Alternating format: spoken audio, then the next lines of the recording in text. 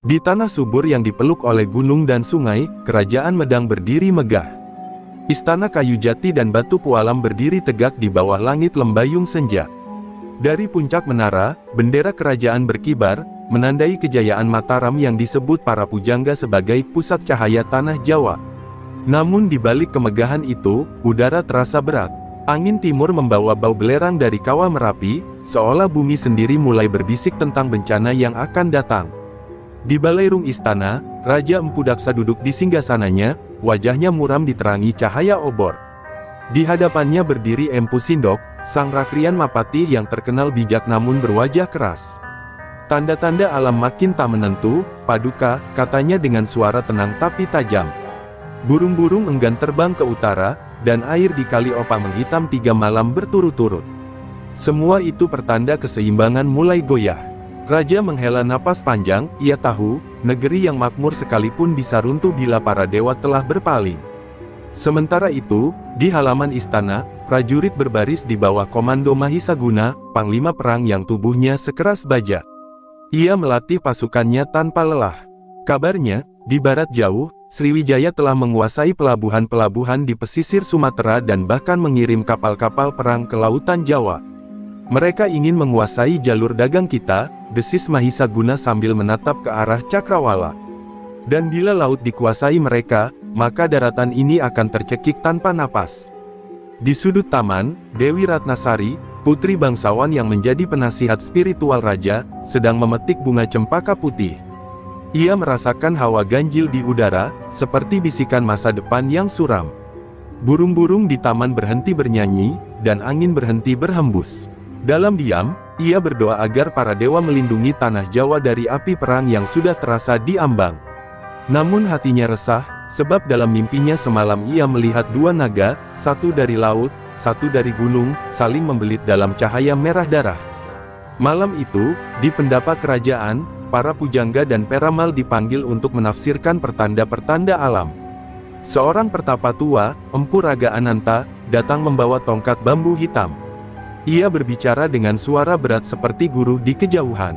Laut sedang marah, katanya, dan dari barat akan datang gelombang yang bukan hanya air, tapi kehendak manusia. Bila daratan tidak bersatu, maka gelombang itu akan menelan segalanya.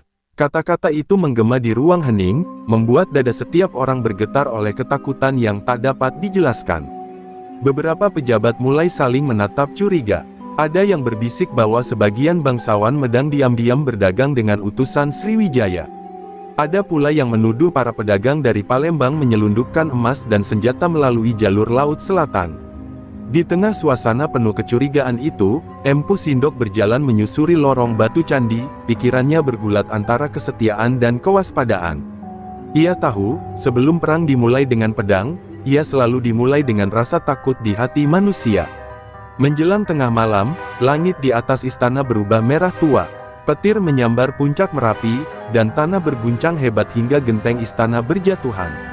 Raja dan para pengawalnya berlari keluar, menyaksikan lidah api menjilat langit dari arah utara.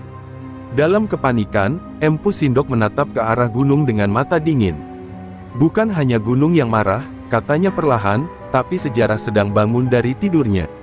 Keesokan paginya, ketika kabut masih menggantung di atas sawah, utusan dari barat tiba dengan kapal yang berhias lambang burung Garuda bermahkota. Mereka membawa surat dari Balaputra Dewa, Maharaja Sriwijaya, yang isinya menuntut agar Medang mengirim upeti tahunan, sebagai tanda persahabatan. Sindok membaca surat itu, dengan mata yang tak berkedip. Di balik kata-kata manis diplomasi, ia merasakan bau perang. Di hatinya, ia tahu, bayangan dari barat telah benar-benar datang ke timur. Di balik kabut yang menyelimuti sungai Musi, berdirilah istana kayu dan emas milik kerajaan Sriwijaya. Disinilah Balaputra Dewa, sang Maharaja Samudra, memandang laut lepas dari anjungan istananya. Di bawahnya, ratusan kapal jong berlayar ke segala penjuru Nusantara. Pelabuhan-pelabuhan di Semenanjung dan Sumatera tunduk pada benderanya. Sriwijaya telah menjadi nadi dagang timur, menghubungkan tanah Arab, India, dan Tiongkok. Namun di hati sang raja, masih ada satu ambisi yang belum terpenuhi, menaklukkan jalur dagang Jawa yang menjadi kebanggaan Medang. Di ruang pertemuan besar, para penasihat kerajaan menunduk ketika Balaputra Dewa berbicara. Medang menguasai daratan, tetapi lupa bahwa dunia bergerak lewat lautan, ucapnya dingin. Mereka menolak mengirim upeti, seolah-olah matahari hanya bersinar di atas gunung mereka.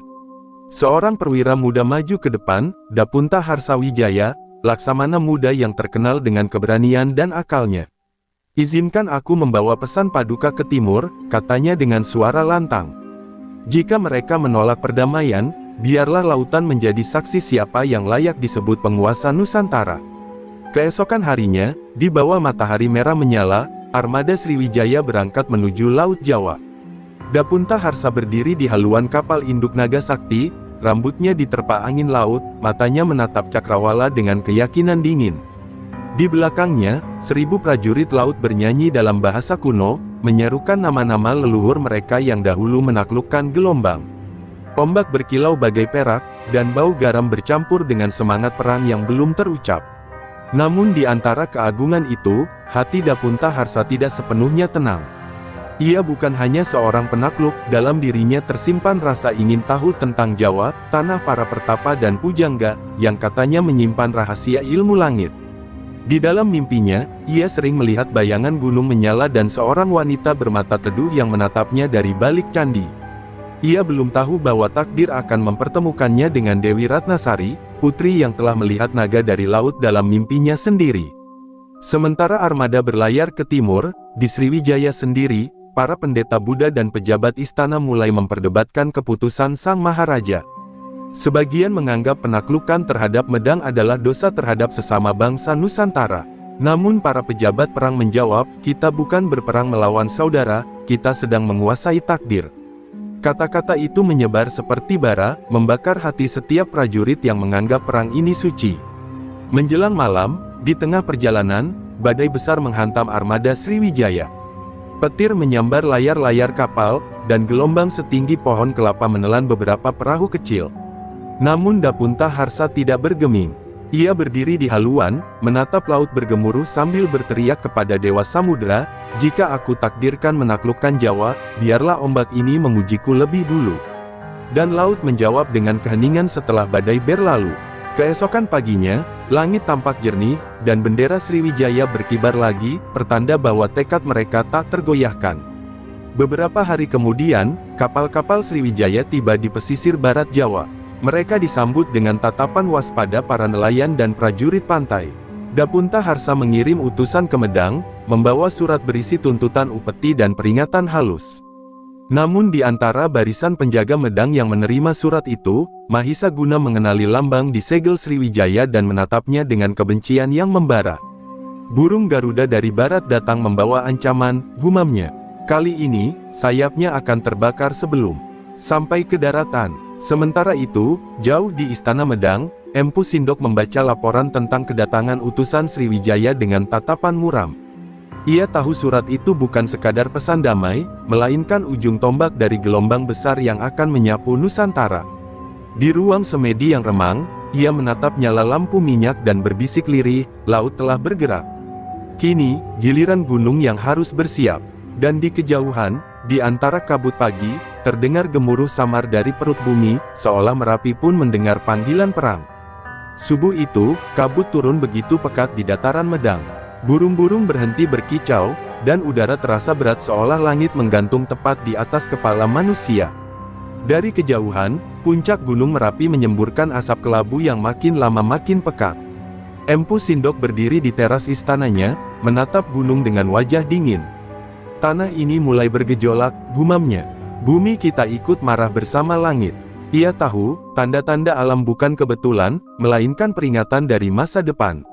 Rakyat mulai gelisah. Di pasar dan jalan-jalan, desas-desus menyebar cepat, bahwa Dewa Gunung murka karena darah orang-orang akan tertumpah di tanah Jawa. Beberapa pertapa meninggalkan candi dan masuk ke hutan, mencari perlindungan dari letusan yang kian dekat.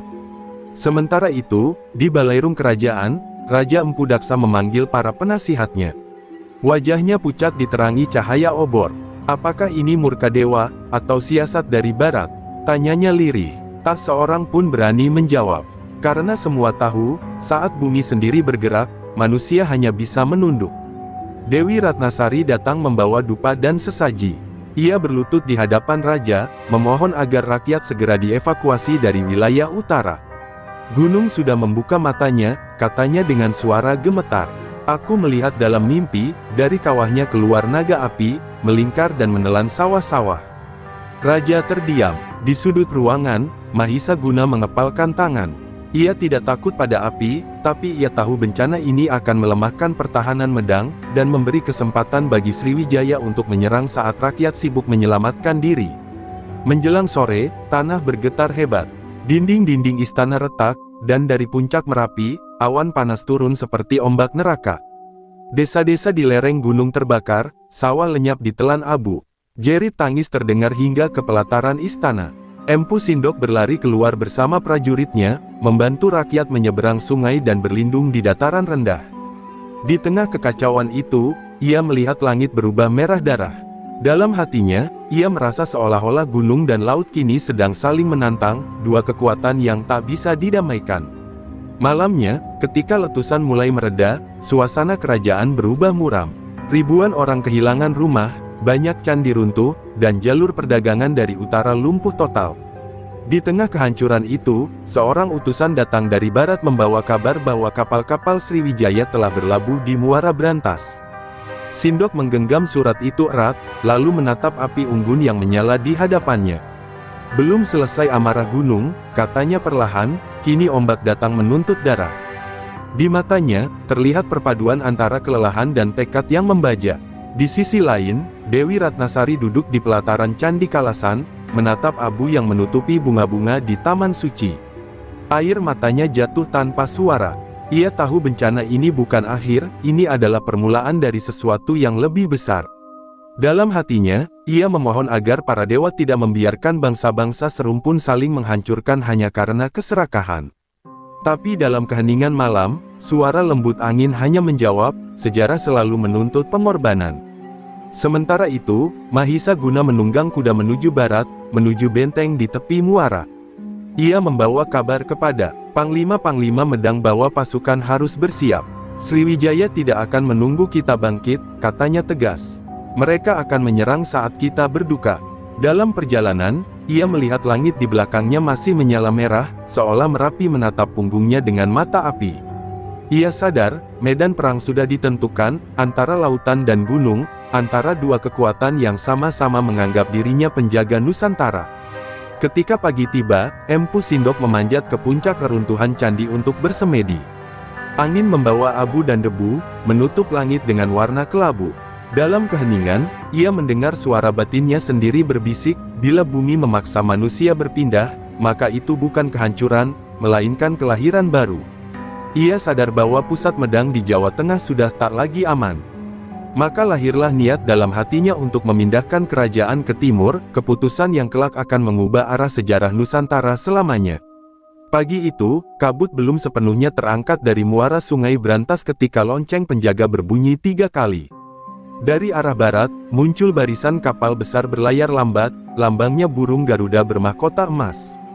Ombak di bawahnya bergulung tenang, seolah lautan sendiri menahan napas menyaksikan kedatangan mereka. Di atas kapal utama berdiri Dapunta Harsawijaya, Laksamana Muda Sriwijaya, mengenakan baju perang berlapis sutra biru dan topi emas bertanda naga laut. Ia datang bukan dengan pedang terhunus, melainkan dengan gulungan surat yang berisi pesan persahabatan. Kabar kedatangan utusan itu segera sampai ke Istana Medang. Empu Sindok memerintahkan agar mereka diterima dengan kehormatan, meski dalam hatinya ia tahu kedatangan itu bukan pertanda damai. Balairung istana dibersihkan, dupa dibakar, dan gong dibunyikan 3 kali sebagai tanda penyambutan tamu besar.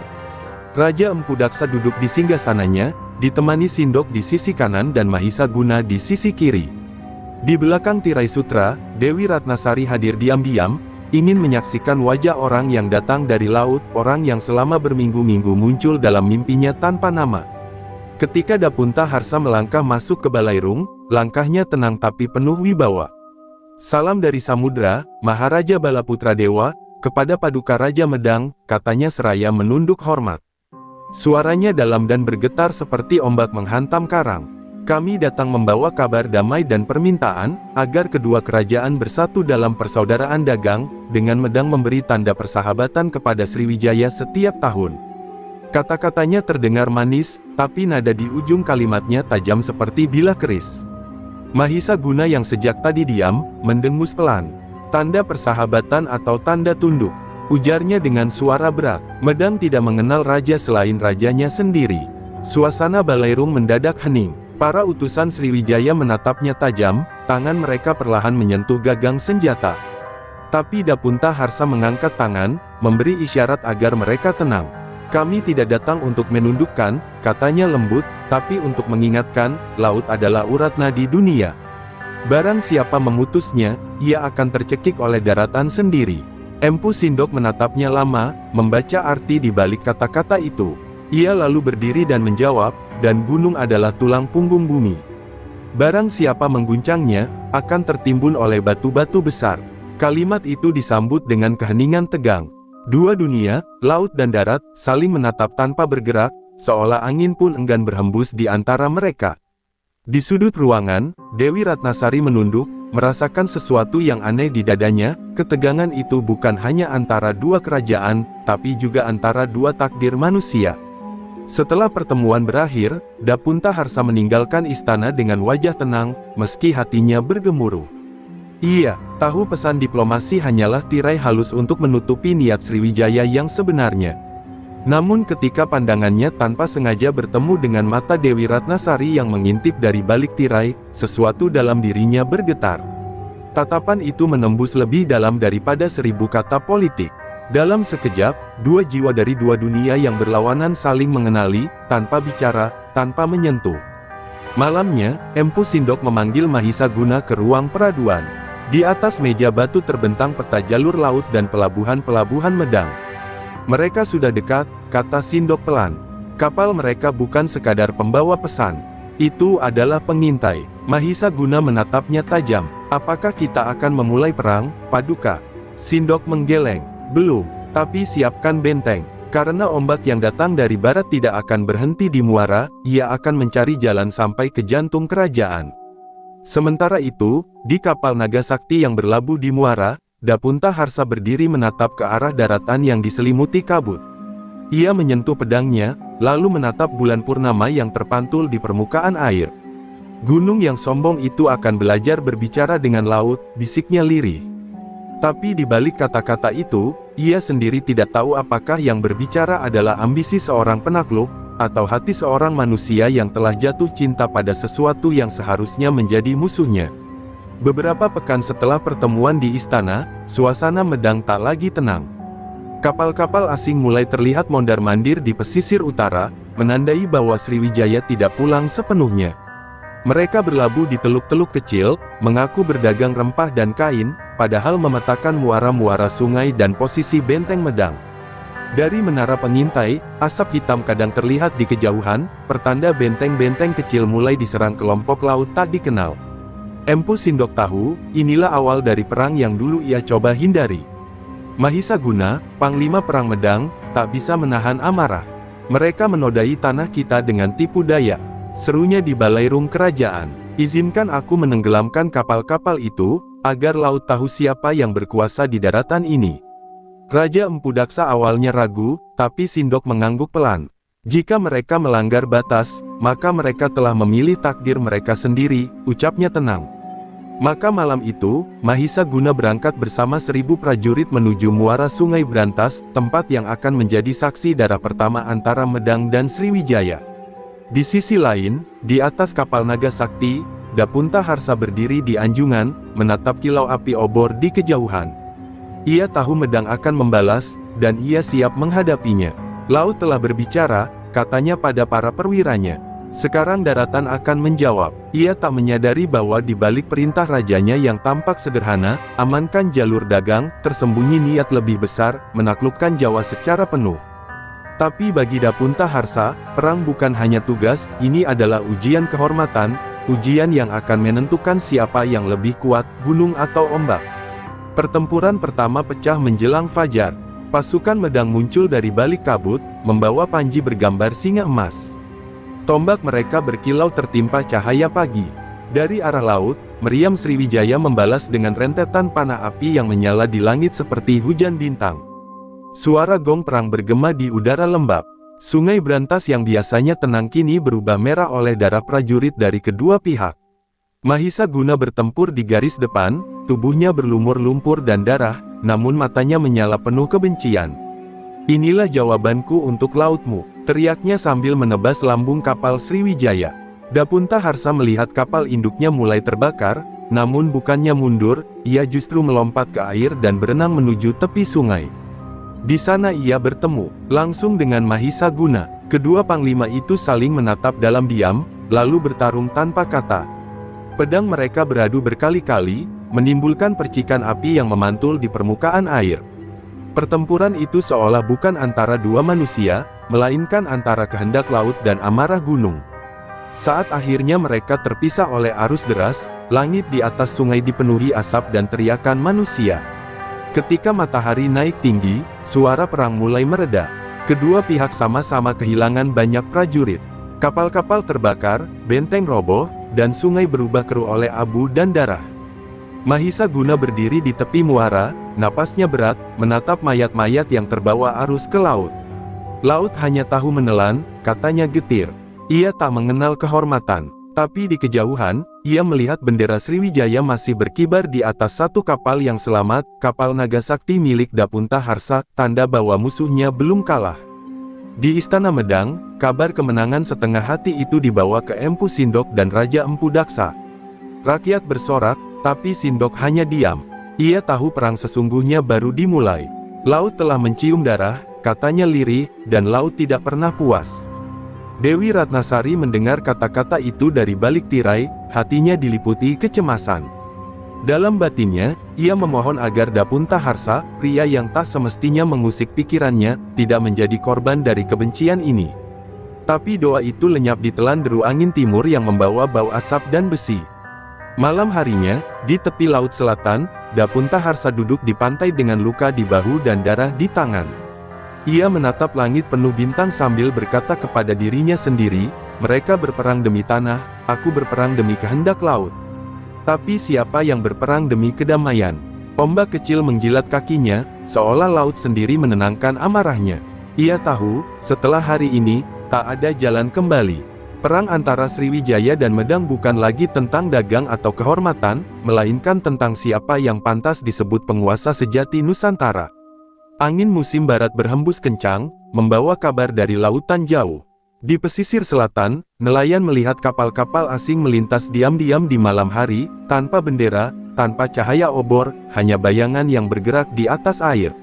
Mereka menyebutnya kapal hantu, padahal itulah armada rahasia Sriwijaya yang dikirim oleh Maharaja Balaputra Dewa untuk melancarkan siasat baru. "Jika mereka menjaga utara," kata sang Maharaja di istananya, "maka kita masuk dari selatan, dari jalan yang tidak mereka lihat." Maka dimulailah perang diam-diam yang tidak hanya menggunakan pedang, tetapi juga tipu daya. Di Istana Medang, Empu Sindok mulai mencium kejanggalan. Kapal dagang dari Bali tiba dengan muatan rempah, namun di antara karung-karung itu tersembunyi peta dan surat berisi tanda-tanda rahasia Sriwijaya. Beberapa bangsawan mulai bersikap aneh, mereka mendukung perang di depan raja, namun diam-diam mengirim utusan ke pelabuhan untuk bernegosiasi dengan orang-orang Sriwijaya. Sindok tahu, pengkhianatan bukan hanya datang dari luar, melainkan juga tumbuh dari dalam. Ia menghela napas dalam, menyadari bahwa menjaga kesetiaan manusia lebih sulit daripada menghadapi 1000 kapal musuh. Mahisa Guna, yang masih membawa luka dari pertempuran di Brantas, berkeliling memeriksa benteng-benteng pantai. Ia menemukan bahwa beberapa gudang senjata telah dikosongkan. "Ada tangan hitam di dalam istana," katanya kepada Sindok dengan nada geram. "Mereka menjual tanah air demi emas dari barat." Sindok menatapnya dengan tenang, meski matanya redup oleh kelelahan. "Jangan buru-buru menebas, Mahisa," ujarnya. "Kadang musuh yang bersembunyi lebih mudah ditangkap dengan kesabaran daripada dengan pedang." Tapi di dalam hati, ia tahu waktu tidak berpihak pada mereka. Sementara itu, di atas kapal Nagasakti, Dapunta Harsa kembali memimpin armadanya melewati Laut Selatan. Malam itu, langit tak berbintang dan ombak bergulung hitam. Ini bukan sekadar laut, katanya pada awaknya, ini lorong sunyi yang akan membawa kita ke punggung musuh. Ia tidak tahu bahwa sebagian dari pasukannya dikirim bukan hanya untuk berperang, tapi juga untuk bernegosiasi dengan bangsawan Medang yang haus kekuasaan. Di antara mereka ada utusan licik bernama Pang Sauja, ahli diplomasi yang lidahnya setajam bilah keris, ia lebih mematikan dari 1000 prajurit bersenjata. Dewi Ratnasari, yang sejak lama diam di istana, mulai merasa firasat buruk. Dalam mimpinya, ia melihat laut berwarna hitam melingkari gunung, sementara seekor naga perak meluncur dari barat membawa pusaka cahaya. Ketika ia menceritakannya pada Sindok, sang pati hanya tersenyum muram. Laut selatan telah terbuka, Ratnasari. Dan setiap kali laut membuka dirinya, sejarah Nusantara akan berubah. Ia lalu memerintahkan agar persiapan pemindahan istana ke timur dipercepat. Keputusan itu bukan hanya untuk keselamatan, tapi juga untuk kelahiran Medang yang baru. Beberapa malam kemudian, di pelabuhan kecil Pajang, terjadilah peristiwa yang mengguncang hati seluruh Medang. Sebuah gudang perbekalan terbakar, dan ditemukan surat-surat rahasia yang menunjukkan nama-nama pejabat tinggi yang bersekongkol dengan Sriwijaya. Di antara nama itu ada seorang penasihat kerajaan yang selama ini dikenal saleh. Mahisa Guna menahannya di hadapan rakyat, lalu berseru lantang, lebih baik mati di tanah sendiri daripada hidup dalam pengkhianatan. Seruan itu disambut sorak, tapi di balik sorak kemenangan itu, Sindok melihat ketakutan, karena ia tahu, pengkhianatan yang tertangkap hanyalah ujung dari sesuatu yang lebih dalam. Sementara di lautan, kapal Nagasakti bersandar di teluk tersembunyi. Dapunta Harsa duduk di haluan, menatap ke arah timur di mana gunung-gunung Jawa berdiri gagah dalam bayangan bulan. Dalam hatinya, ada rasa rindu yang tak dapat dijelaskan, bukan rindu pada tanah, tapi pada wajah seorang wanita yang pernah menatapnya di Istana Medang. Ia menutup matanya dan berbisik, jika laut dan gunung saling membenci, mungkinkah hati manusia menjadi jembatan di antara keduanya? Tapi sebelum jawabannya datang, ombak menghantam lambung kapal, seolah laut menegur, cinta tidak bisa menghentikan takdir. Pagi berikutnya, kabar mengerikan datang, sebagian pasukan Sriwijaya telah menyusup melalui jalur laut selatan dan mendarat di wilayah barat Jawa Timur. Benteng-benteng kecil jatuh satu persatu tanpa perlawanan berarti. Empu Sindok berdiri di anjungan benteng Keta, menatap asap perang yang mulai tampak di Cakrawala. Laut telah mengirim bayangannya ke darat, katanya dengan nada getir.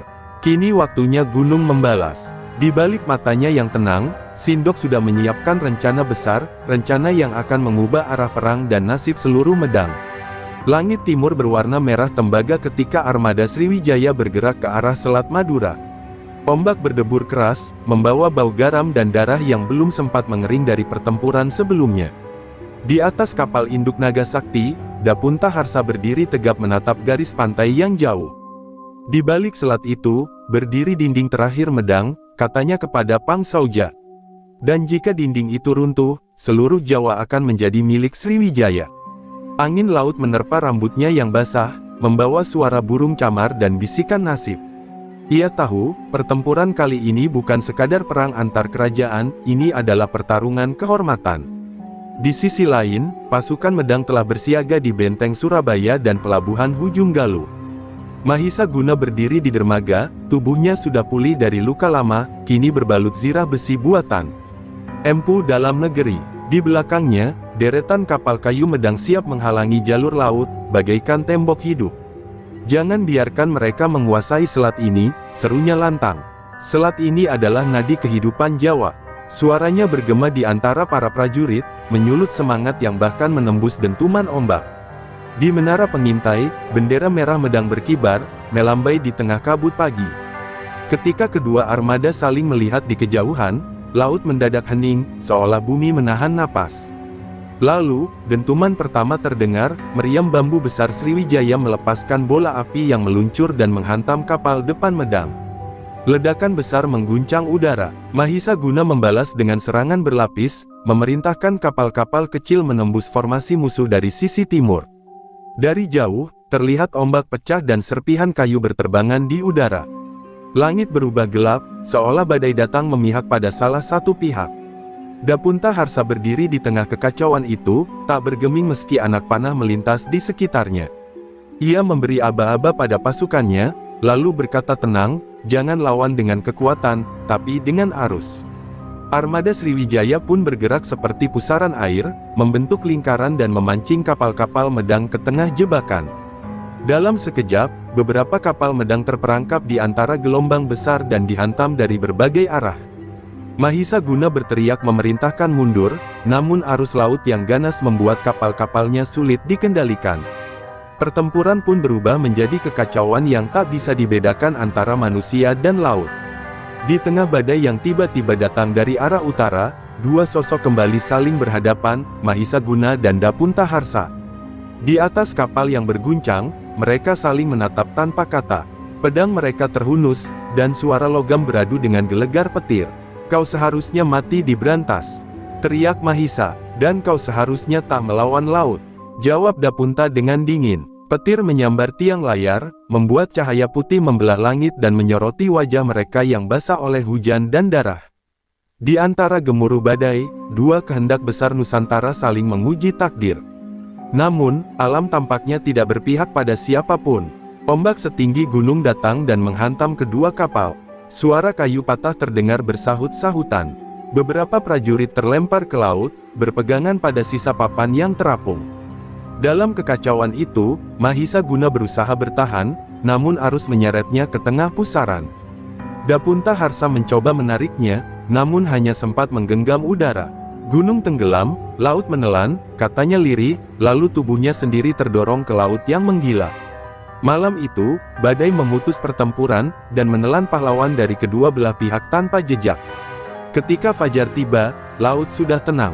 Puluhan kapal karam mengapung di permukaan, dan burung-burung laut berputar di atasnya. Prajurit yang selamat dari kedua pihak menatap satu sama lain dengan tatapan kosong, tak ada pemenang, tak ada pujian. Hanya laut yang diam, memantulkan cahaya matahari pertama yang pucat. Dari kejauhan, Pang Sauja memimpin kapal yang tersisa kembali ke barat, membawa kabar duka ke Sriwijaya. Di sisi lain, sisa armada medang berusaha bertahan, mengevakuasi prajurit yang masih hidup sambil membawa pesan untuk Empu Sindok. Laut menelan dua jiwa besar. Di Istana Watugaluh, Dewi Ratnasari jatuh terduduk saat mendengar kabar bahwa Mahisa Guna dan Dapunta Harsa sama-sama hilang di laut. Air matanya mengalir tanpa suara. Mereka berdua adalah dua sisi dari satu takdir, bisik Empu Sindok di sisinya. Satu lahir dari gunung, satu dari laut, dan keduanya kembali ke asalnya. Ia lalu menatap ke arah timur, di mana matahari mulai terbit di balik kabut. Perang belum selesai, katanya perlahan. Tapi hari ini, Nusantara kehilangan dua jiwa yang akan dikenang sepanjang zaman.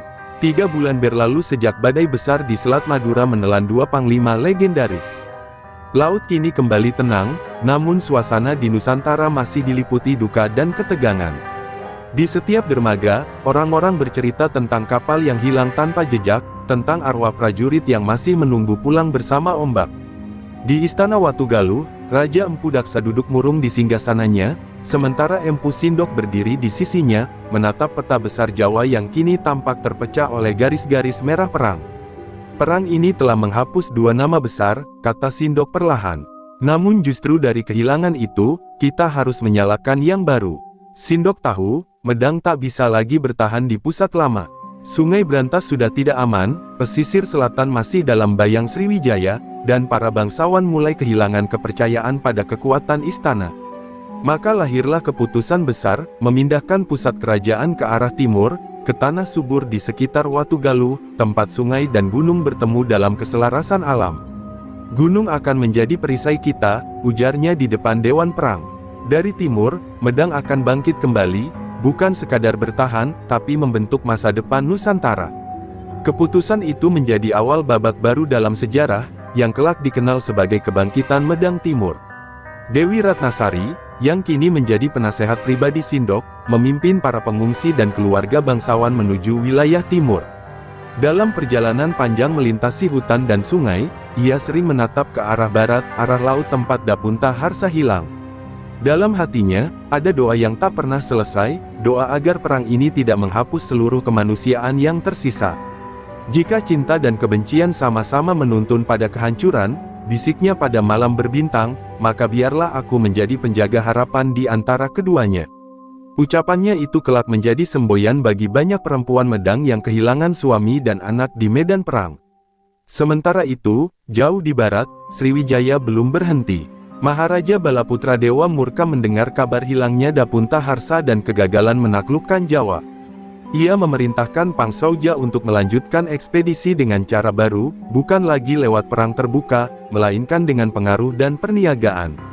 Kuasai jalur, kuasai emas, maka kau akan menguasai hati, katanya dingin. Maka mulailah strategi licik Sriwijaya, mengirim utusan dan pedagang untuk menyusup ke kota-kota pesisir timur, membawa hadiah dan perjanjian dagang yang tampak ramah, namun menyimpan belenggu halus yang akan menjerat Medang dari dalam. Empu Sindok, yang sudah menebak siasat itu, menanggapinya dengan kecerdikan yang sama. Ia memperkuat pasukan laut di timur, membangun pelabuhan baru di Hujung Galuh dan Canggu, serta mengirim armada kecil untuk berpatroli hingga ke perairan Bali. Jika mereka menguasai arus, maka kita akan menaklukkan angin, katanya kepada prajuritnya. Ia juga mengundang para pandita dan empu untuk menciptakan senjata baru, campuran logam dari timah, besi, dan perunggu, yang lebih ringan namun mematikan. Dari bengkel-bengkel di lereng gunung lahirlah bilah-bilah yang kelak dikenal sebagai keris api timur, simbol kebangkitan Medang. Di antara rakyat, kisah tentang Mahisa Guna dan Dapunta Harsa mulai berubah menjadi legenda. Mereka tak lagi dianggap musuh, melainkan dua roh penjaga laut dan gunung yang menjaga keseimbangan bumi Jawa. Di desa-desa, nelayan mempersembahkan dupa untuk laut sebelum berlayar, sementara petani menanam padi sambil berdoa pada roh gunung agar memberi hasil baik. Gunung dan laut bersaudara, begitu bunyi peribahasa baru yang lahir dari darah perang. Empu Sindok melihat perubahan itu dengan hati lega, karena bagi bangsa yang besar, persatuan lebih penting dari kemenangan. Namun di balik kedamaian sementara itu, Sindok tahu bahwa Sriwijaya belum sepenuhnya pergi. Kapal-kapal asing masih berlayar di Cakrawala, dan kabar dari barat mengatakan bahwa Maharaja telah mempersiapkan armada baru yang lebih besar. Malam-malamnya dihabiskan di Balairung, menatap peta dengan lampu minyak kecil, memikirkan bagaimana mempertahankan negeri tanpa kehilangan lebih banyak jiwa. Jika api telah menyala di timur, katanya perlahan kepada Dewi Ratnasari, maka biarlah cahaya itu menjadi pedoman, bukan bara yang membakar segalanya. Di puncak Gunung Penanggungan, ketika matahari terbit dari balik kabut, Empu Sindok berdiri seorang diri, menatap lembah yang kelak akan menjadi jantung Medang Timur. Di tangannya tergenggam segenggam tanah dan abu dari peperangan lama, simbol masa lalu yang pahit. Dari tanah ini, akan lahir tatanan baru, bisiknya. Bukan karena ingin menaklukkan, tapi karena ingin menjaga. Dan ketika angin berhembus dari timur membawa aroma tanah basah dan daun muda, seolah seluruh alam menyambut kelahiran kembali sebuah kerajaan. Dari sinilah, api Medang Timur mulai menyala, bukan dari amarah, tapi dari kesadaran bahwa kebesaran sejati lahir dari luka yang diolah menjadi cahaya. Tahun-tahun awal Medang Timur membawa ketenangan semu. Ladang-ladang di lereng Gunung Penanggungan kembali menghijau, sungai berantas mengalir tenang menuju timur, dan pelabuhan baru di Hujung Galuh ramai oleh pedagang dari Bali, Sunda, dan Kalimantan. Namun di balik kehidupan yang tampak damai itu, Empu Sindok merasakan sesuatu yang ganjil. Ia melihat banyak wajah baru di pasar dan pelabuhan, para pedagang yang berbahasa lembut namun membawa pesan dari barat. Sriwijaya telah menemukan cara baru untuk menanam pengaruhnya, bukan dengan pedang, tapi dengan kata dan emas. Dewi Ratnasari, yang kini menjadi tangan kanan Sindok dalam urusan diplomasi, memperingatkan akan bahaya itu. Mereka datang membawa perjanjian, tapi dalam tiap hurufnya tersembunyi belenggu, katanya di ruang dewan. Sindok mengangguk pelan. Ia tahu benar bahwa perang telah berganti wajah. Dulu, musuh datang dengan kapal dan panah api, kini mereka datang dengan senyum dan perjanjian dagang. Ia mulai curiga pada beberapa bangsawan muda yang tiba-tiba kaya mendadak dan sering mengadakan jamuan bersama para pedagang asing. Bayangan yang paling berbahaya, ujarnya, adalah yang datang saat matahari bersinar terang. Sementara itu, di antara rakyat, muncul desas-desus tentang sosok misterius yang mengaku keturunan Mahisa Guna. Pemuda itu bernama Anakara, berperawakan gagah dan berani, mengaku sebagai anak dari sang panglima yang hilang di laut. Ia berkeliling dari desa ke desa, membangkitkan semangat rakyat dengan pidato tentang kejayaan lama Medang dan kebebasan dari pengaruh luar. Gunung tidak tunduk pada laut, dan darah Medang tidak akan dibeli oleh emas. Serunya di hadapan orang banyak. Dalam waktu singkat, namanya menjadi legenda baru.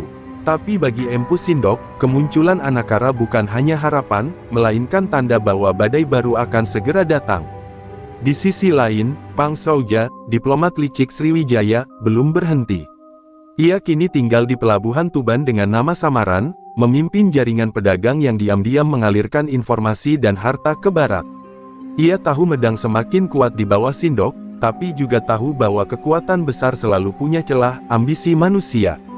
Tak perlu menyerang istana, katanya kepada anak buahnya. Cukup buat mereka saling mencurigai, dan istana akan terbakar dengan sendirinya. Maka ia mulai menyebarkan kabar palsu, menuduh Anakara sebagai alat Sriwijaya, dan menyulut perpecahan antara rakyat dan istana. Ketegangan pun tumbuh di dalam kerajaan. Sebagian rakyat mulai menuduh Sindok terlalu berhati-hati dan lunak terhadap pedagang asing, sementara sebagian bangsawan menuduh Anakara ingin merebut tahta dengan mengatasnamakan warisan Mahisaguna. Pertikaian kecil meletus di pasar-pasar dan perbatasan, memicu kerusuhan yang perlahan merambat ke kota utama. Dewi Ratnasari berusaha menenangkan keadaan, namun rumor telah menembus dinding istana. Inilah perang tanpa pasukan, katanya sedih.